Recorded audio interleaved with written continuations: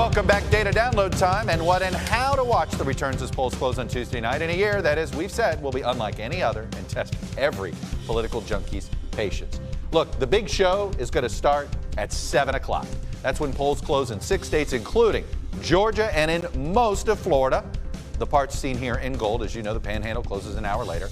But a half hour after that, the polls close in 2 more states that everyone will be watching. North Carolina and Ohio both will give us some interesting clues about both of those regions. And if Biden looks like a winner in any of those states, we might be able to call the election early. But don't count on that. In Florida, by the way, we're going to be watching a few key counties. Miami-Dade, of course, for the Latino vote, Hillsborough County near Tampa for the suburban vote, and tiny Hernando County on the Gulf Coast, just to see how President Trump is doing with the voters who delivered that state to him in 2016. 8 o'clock.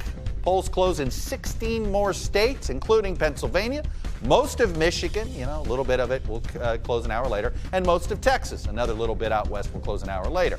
Everything but the gray in both of those states polls close. Now, Michigan and Pennsylvania, that's going to be very slow, that vote count. In Pennsylvania, they can't even start counting until Tuesday morning, and in Michigan, they can't count until the polls close, those early votes. So we could be waiting for them for some time. And even if President Trump holds Texas, a tight result would be an ominous sign for Republicans in years to come. Now, at 9 p.m., we get polls close in most of the other big battlegrounds: Arizona, Minnesota, Wisconsin, and Nebraska. Results in Minnesota and Wisconsin could take a while to come for those same reasons. Those early votes will take a while to count. Democrats are expecting victories in both of those places. Now, there's little doubt that President Trump will take Nebraska, but Biden is favored in the congressional district there around Omaha. And in a close election, that could produce one very big, important electoral vote. And then there's Arizona. The early vote may be already tallied and released within an hour of poll closing.